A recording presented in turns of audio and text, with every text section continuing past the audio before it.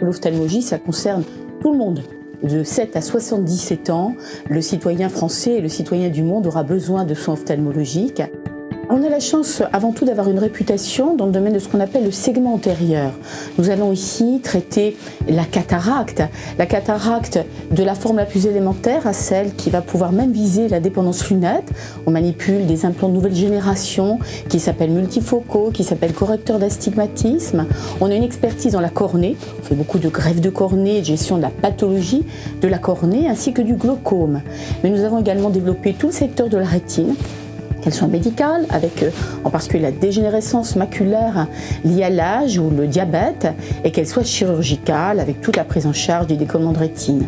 Plus récemment, s'est développé le secteur de la contactologie, avec des lentilles contact compliquées qui gèrent toutes les maladies de la cornée, ainsi que de la paupière. Et enfin, et ce n'est pas des moindres, la possibilité aujourd'hui d'offrir la prise en charge des enfants, qui est un vrai problème de santé publique, avec le développement d'un secteur de pointe médicale et chirurgicale dans le domaine de la pédiatrie.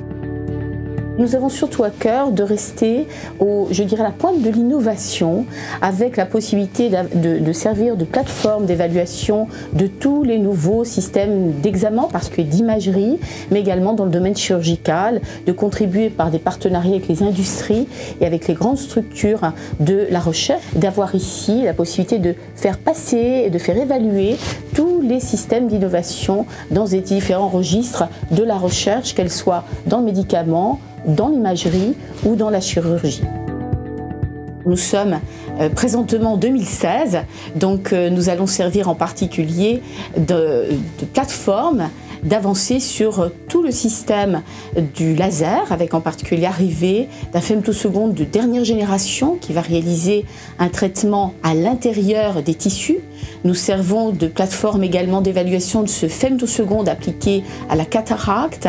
Dans le domaine de l'imagerie, nous contribuons avec l'équipe INSERM de l'imagerie médicale au développement de l'approche 3D, qu'il s'agisse de développement de tests d'évaluation ou encore d'outils d'imagerie en 3 dimensions.